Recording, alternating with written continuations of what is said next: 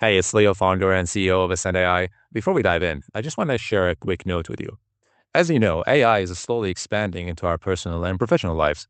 As a result, it's become hard for most of us to distinguish reality from mirage and real from fake. So to clear the air here, right off the bat, this episode uses AI-generated voices. It's not because I'm cutting corners, though. It's because I'm cutting time. The research, the frameworks, the solutions, the numbers, the hard lessons, they're all ours. They're all sharpened by our experience, our observations, and the actual work we've done with D2C brands as we built AI into their systems. I chose AI voices here for one simple reason, which is speed. This way, I can ship you useful content weekly instead of monthly. The quality, the thinking, and the brutal honesty of what works and what doesn't, that's all preserved. At the end of the day, this isn't theory. This is actually based on what we do in real life. However, in the near term, in the future, I'm also planning to invite guests to kind of add some sort of a flavor to these types of episodes. So bear with me on this one. The idea here is that I'm using AI to talk about AI. We're building tools that let founders move faster with revenue-focused solutions without sacrificing their crafts. That's exactly what this podcast format does. I would rather give you the entire playbook right now than wait months just to simply record it, quote-unquote, properly. You see, most founder podcasts sounds great, but leave you with nothing actionable. I don't think anyone is okay with that. So simply here, I'm optimizing for the opposite. If the voices miss an inflection here and there, that's simply the trade-off of using third-party tools and not building it from scratch. But the substance, though, that's real. Every mistake I'm warning you about, we've either seen founders make it or we've cleaned it up in a real use case in real life. The voices here basically are just simply the delivery mechanism. So my ultimate goal here isn't perfect production. It's simply shipping insights that save you quarters and make you relevant in the AI space with no fluff or unnecessary info. So to wrap this up, I hope you'll enjoy this episode. If something doesn't click, if you think I missed something, said something wrong, or if you have topic suggestions for that matter, just reach out to me on LinkedIn or X. Literally, your feedback shapes where this podcast goes in the future. And if you want us to dig deeper and audit your brand and scale your revenue with AI, reach out to us at Ascend AI. Pretty much all these links, whatever I mentioned, are going to be linked in the show notes below. And that's what we do here on a regular basis. So with that out of the way, thanks for sticking around, and I would like to welcome you now to the No Code Founder Podcast.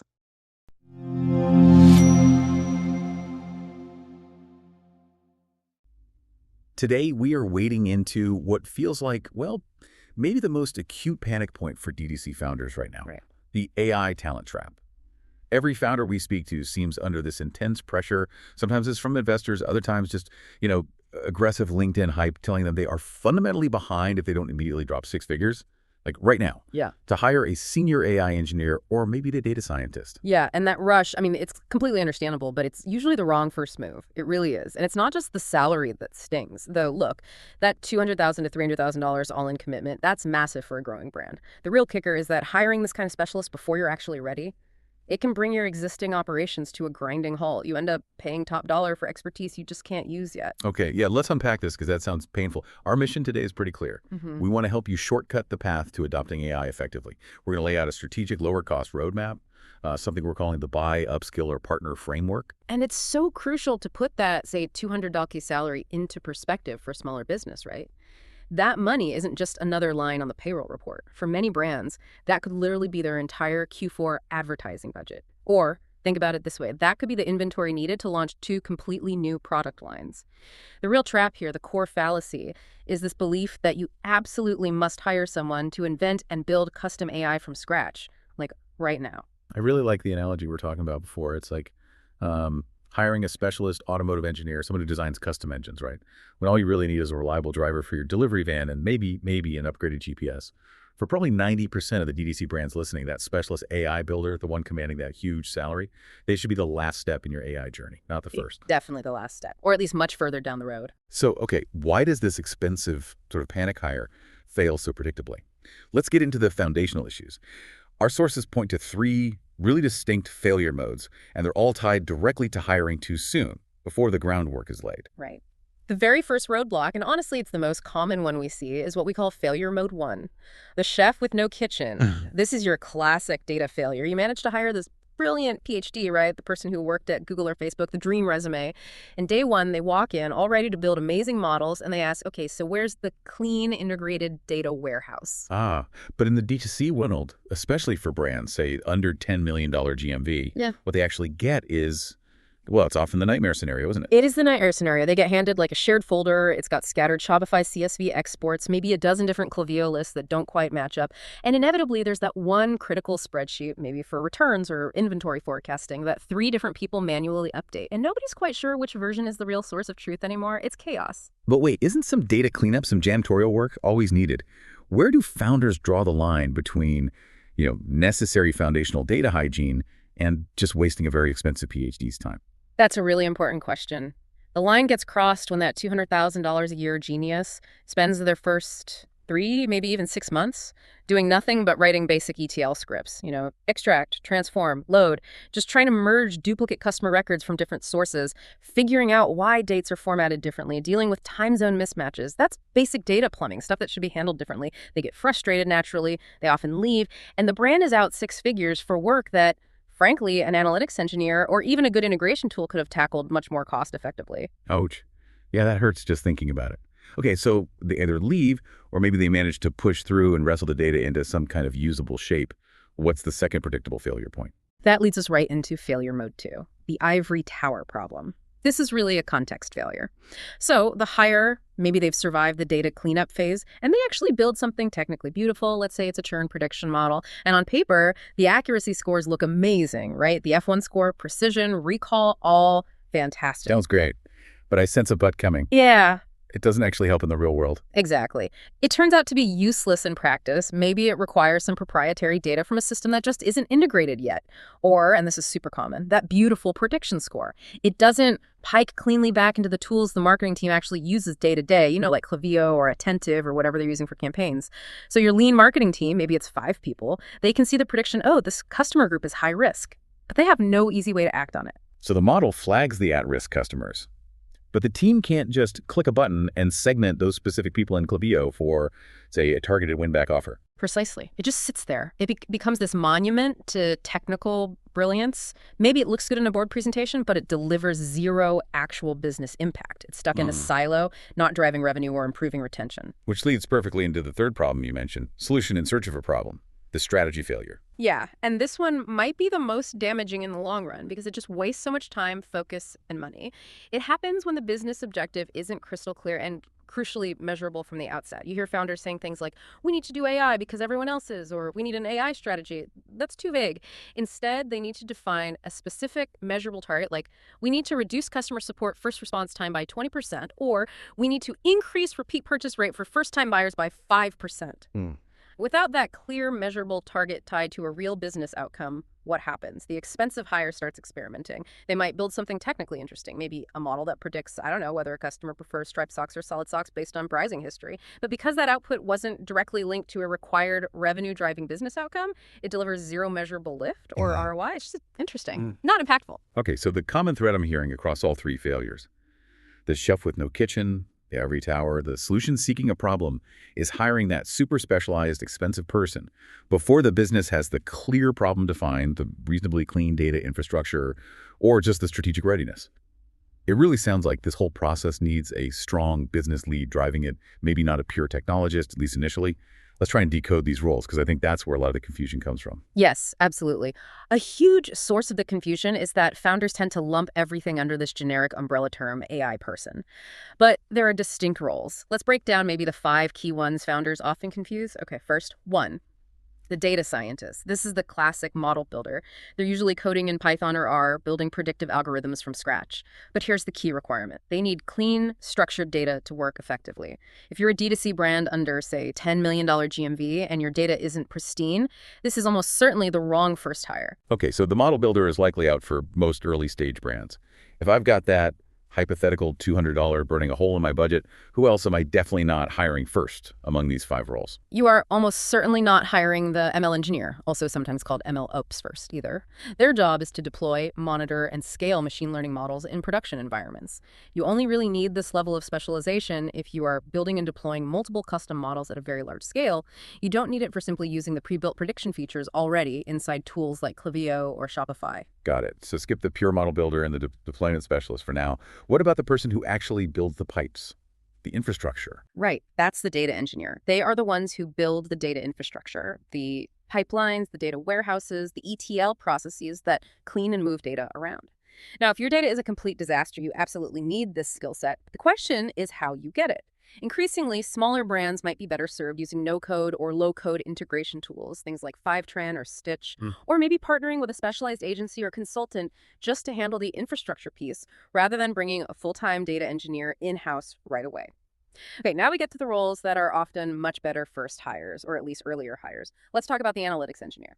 This role is really interesting. They sit kind of between data engineering and analysis. They take raw, often messy data and transform it into useful, reliable data sets, KPIs, reports, and dashboards that the business can actually use for decision making. Honestly, if you're under $5 million GMV and you still struggle to answer basic questions like, what's our true customer lifetime value, or which marketing channels have the best payback period, this hire is probably foundational. And they're usually significantly less expensive than a data scientist. That makes a lot of sense. It Yeah. feels like a much safer, more practical first step. And the last role you mentioned, the one that acts as the bridge between the tech and the business growth. That's the AI product manager. This is a critical role and still kind of emerging. Think of them as the bridge. Maybe 50% business strategist, 50% technical product manager. Their core job is to translate those fuzzy business goals, like we need to increase retention, into concrete integrated actions that leverage AI tools. They're the ones who figure out, okay, let's take that predictive churn score from Klaviyo, make sure it pipes correctly into a specific customer segment, work with marketing to trigger an automated win-back flow for that segment. And then this is the crucial part. They relentlessly measure the actual business lift. Did that flow actually increase repeat purchases compared to a control group? That focus on measurable business outcomes is their core function. Okay, so the hiring roadmap we're suggesting is basically flipped on its head compared to the hype. Forget the data scientists for now. Unless you're huge and have perfect data, your first exploration should probably be maximizing existing tools by maybe bringing in a partner for a specific project or potentially looking for that AI product manager type role to strategize. Only after you cross, let's say, $5 million, maybe $10 million GMV and have standardized processes, then you start thinking seriously about foundational data engineering hires. Precisely. That's a much safer, more capital-efficient path. And look, if you do decide to interview for that AI PM role, please skip the theoretical questions about deep learning algorithms. Ask them practical, experience-based questions. Walk me through a time you took a big business goal, shipped an AI-powered feature, maybe using existing tools, maybe custom, and measured the business lift against a control group. Focus relentlessly on shipped work, on measured results, and ask them about their kill criteria. How do they know when a pilot project isn't working and needs to be shut down? That tells you a lot about their commercial mindset. That's great interview advice. Okay, but before we even think about hiring anyone or even seriously partnering, you mentioned something critical, assessing data readiness. You said you have to fix the kitchen before you invite the fancy Michelin star chef over, right? You laid out 4 data readiness gates. If a founder answers no to 2 or more of these, you're saying they are absolutely not ready for a dedicated data scientist or ML engineer. Let's quickly go through them. Yeah, these are non-negotiable foundations. Gate number 1, single source of truth for customer identity. Do you have one single, unique, consistent ID for every customer that is used across all your core systems? Shopify, your help desk, your email platform, your loyalty program. If Jane Doe exists as customer, #123 in Shopify, user Jane Doe in Zendesk, and jane@email.com in Klaviyo, and there's no reliable way to link those identities, your foundation is fundamentally cracked. Models trained on this will be flawed. That sounds simple, but I know from experience it's incredibly hard to achieve in practice, especially with historical data. Okay, gate number 2, identity resolution. This builds on the first gate and is even harder. If Jane Doe orders today using her work email, jane.doe@company.com, and then 6 months later she orders again using her personal Gmail, jdshopper@gmail.com, does your system have a reliable mechanism to recognize that this is the same person? If not, your models are training on garbage data. Your churn model might think one half of Jane, her work identity, is a loyal customer, while the other half, her personal identity, looks like she's about to churn because she hasn't purchased recently under that email. It completely skews the results. Right, conflicting signals everywhere, leading to garbage insights. Okay, gate 3. Standardized event tracking. Is the tracking for key customer actions things like add to cart, view product detail page, started checkout, completed purchase, implemented consistently across all your platforms and channels, your website, your mobile app, maybe even back-end systems if relevant. If your website analytics calls it add to cart, but your email platform's browse abandonment flow triggers on an event called item added to basket, the model just sees noise and confusion, not a clear signal of purchase intent. Consistency is key. Makes sense. And the final gate, number 4, which you said is critical, is all about timeliness, right? Exactly. Freshness SLAs, service level agreements. Data doesn't just need to be clean and consistent. It has to be reasonably current to be useful for many AI applications. Ask yourself, is a new customer order fully reflected in our central systems within, say, 15 minutes? Is our inventory level updated across all channels within 5 minutes of a sale? Stale data that's hours or even days old, can sometimes be much worse than having no data at all for making a decision. Think about it. You could end up sending a come back and buy discount offer to a customer who literally just bought that item at full price an hour ago because the purchase data hadn't synced yet. That's a terrible customer experience. Okay, those 4 gates are crystal clear. Single customer ID, identity resolution, standardized events, and data freshness. So if a founder listening right now has to honestly answer no to 2 or more of those, hiring that $200K expert is, as you put it, basically setting money on fire. What's the immediate, low-cost, pragmatic action plan for them today? Okay, 3 things. First, go back and maximize the built-in AI features within the tools you already pay for. Sweep every drop of value out of Klaviyo predictions, Shopify Magic, Gorgeous Automate, etc. That's step 1. Second, perform some light surgical data hygiene focused on high-impact areas. Don't try to boil the ocean.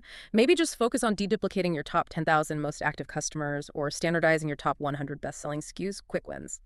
Third, if you have a very specific burning business problem, consider finding an agency partner or a fractional expert for one hyper-specific use case, maybe one that doesn't rely heavily on perfectly integrated data across all systems, but definitely hold off on that big, expensive full-time specialist hire until those data gates are passed. That makes perfect sense and leads us right into the core of the alternative strategy you mentioned earlier, the buy, upskill, or partner framework.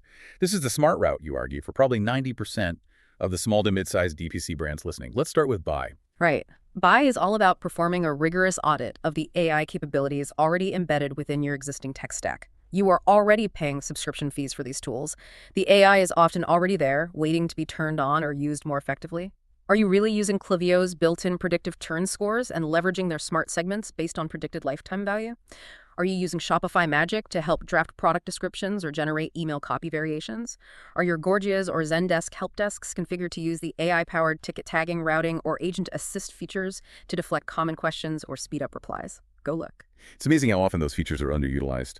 And if turning on those built-in capabilities gets you, say, 70 or 80% of the value you're initially hoping for from that big hire, wow, you just save yourself potentially $200,000 in salary, plus avoided maybe 6 months of painful integration work trying to get a custom model running. That's a massive, massive win right there. Okay, next up, Upskill. Upskill is about investing in your existing team. Training your current marketing folks, your customer support agents, your operations team to become more effective users and interpreters of AI tools and outputs.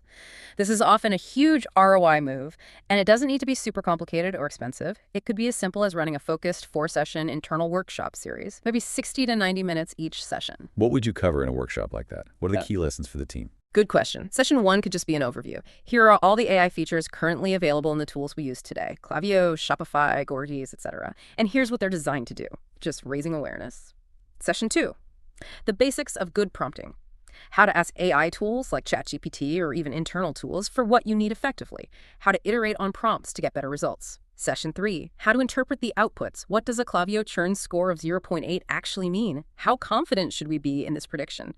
Understanding probabilities and confidence levels. And Session 4 is crucial: quality assurance, ethical considerations, and setting clear guardrails. When should AI suggestions be reviewed by a human?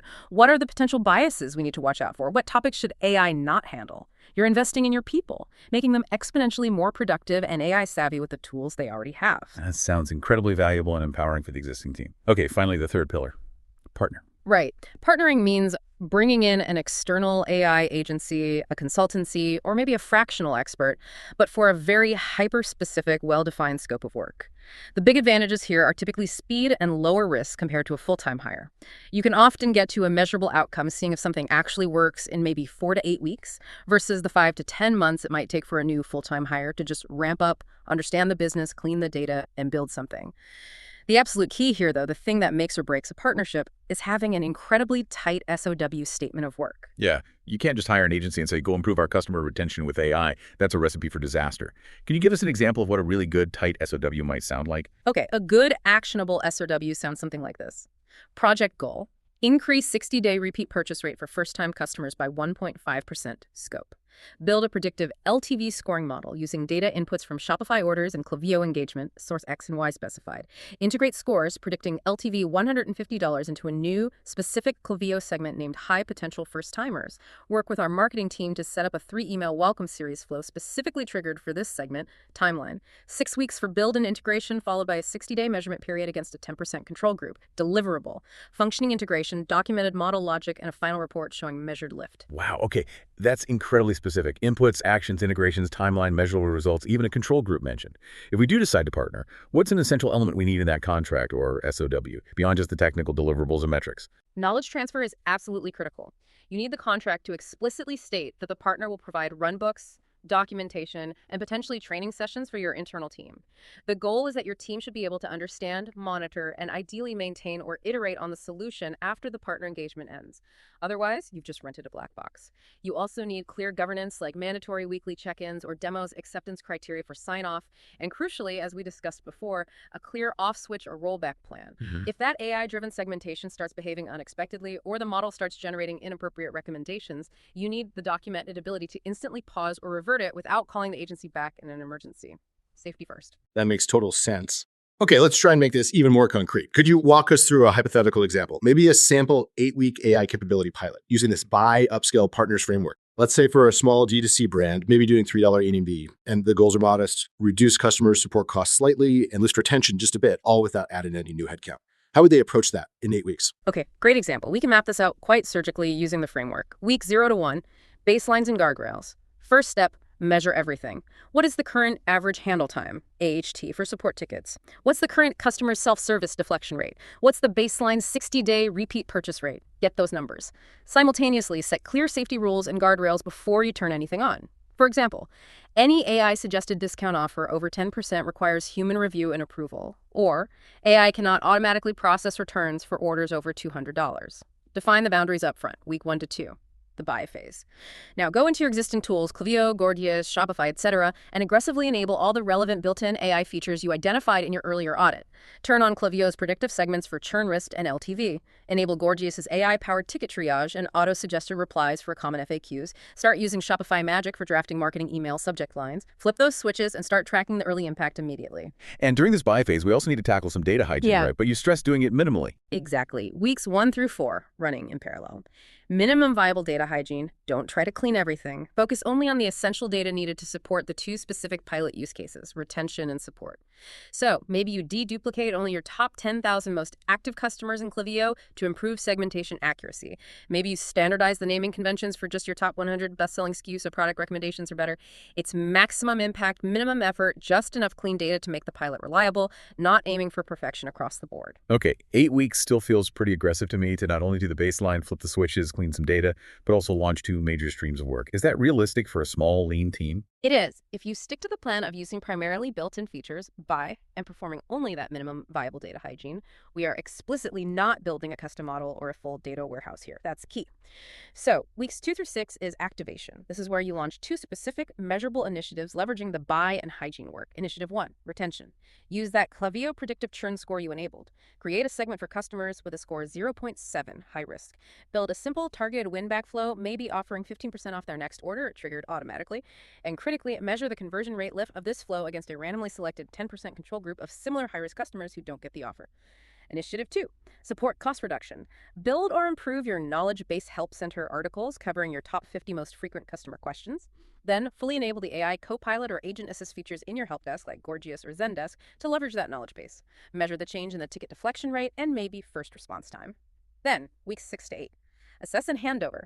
Now you look at the results from your 2 initiatives. Maybe you cautiously scale the features slightly, exposing them to maybe 20-30% of relevant traffic or users. You hit your final acceptance gates.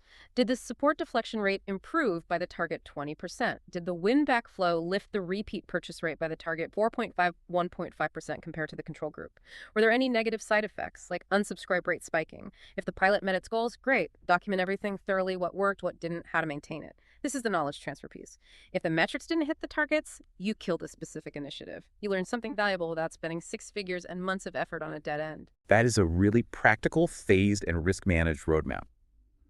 Okay, as we start to wrap up, thinking about this whole AI talent trap, what is the absolute core message you want founders listening today to take away? Problem first, solution second, always.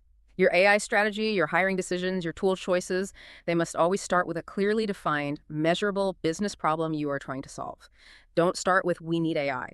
Start with, we need to reduce shipping errors by 10%, or we need to increase AOV by $5. Then figure out if AI is the right tool, and if so, use the framework. Start with buy, use what you have, then explore partner for specific needs, and only much later, if ever, consider building custom solutions with expensive, specialized hires. That's great advice. Looking forward, as founders try to navigate this space, what are the biggest red flags or hidden dangers they are most susceptible to falling into, even if they try to follow this framework? That's a good closing question. I can think of 4 key pitfalls to watch out for. First, resume-driven hiring. This is hiring someone primarily because they worked at a famous tech company or have experience with the buzziest new AI tool, rather than focusing laser-like on whether their skills directly address your specific current measurable business need. Don't hire a PhD in NLP if your biggest problem is dirty Shopify data. Second pitfall, pilot purgatory. This is running endless proofs of concept and small experiments that never actually get fully shipped, scaled, or integrated into core operations. If an AI pilot project doesn't either show demonstrable value and move forward, or get definitively killed within about 8 weeks, something is strategically wrong with your process. You need decisiveness. Wait, on that second point about pilot purgatory, you also mentioned single hero dependency earlier. Is that often tied to pilot purgatory? Like, the pilot works, but only because one specific person knows how to run it, Right. and they haven't documented anything? It can be, absolutely. That's the third pitfall, single hero dependency. It often stems from a failure to mandate documentation and knowledge transfer from the very beginning, whether it's an internal hire or an external partner. If your entire AI capability, even if it's just one specific model or workflow, relies entirely on one expert's tribal knowledge or maybe their private code repository on their laptop, and everything breaks the moment they leave or go on vacation, you haven't built a sustainable business capability. You've just rented an expert for a short time, which is incredibly risky. And the fourth pitfall is tool sprawl. This is buying lots and lots of different disconnected AI point solutions, one tool for email copy, another for product recommendations, a third for chatbot responses, without a clear overarching strategy for how they integrate with each other and, more importantly, with your core data systems. Yeah. This just ends up exacerbating the chef with no kitchen data problem we talked about at the start. It creates more silos, not fewer. That's a really powerful list of traps to actively avoid. Resume-driven hiring, pilot purgatory, single hero dependency, and tool sprawl. Okay, for our final thought today, what's something provocative or maybe counterintuitive you want our listeners to mull over this week as they think about their own AI journey? Okay, here's the final thought, and it relates back to measurement. Stop obsessing only over the lagging indicators of your AI initiatives. Things like the final lift in average order value or the month-end retention rate improvement. Those are important, yes, but they tell you what already happened last month. You must start rigorously tracking the leading indicators of your AI capabilities' underlying health. Leading indicators, like what specifically? Leading indicators are things like, what percentage of our customer records are successfully deduplicated and have a single ID? Gate 1. What's the average latency for new order data syncing into our central system? Gate 4. What's the measured accuracy or QA pass rate for the outputs generated by our AI tools before they go live? If you aren't tracking those kinds of upstream foundational health metrics, you actually have no real idea if the cool revenue results you might be seeing today are built on a solid, reliable, and accurate foundation that will still be trustworthy next month. Tracking those leading indicators is what tells you if your AI investment, whether it's time or money, is truly safe, sustainable, and likely to keep delivering value. It's about monitoring the engine, not just the speed. Focus on the health of the foundation, measure the inputs in the process just as much as the final outputs. That is really great, actionable advice. Thanks so much for joining us on this deep dive today.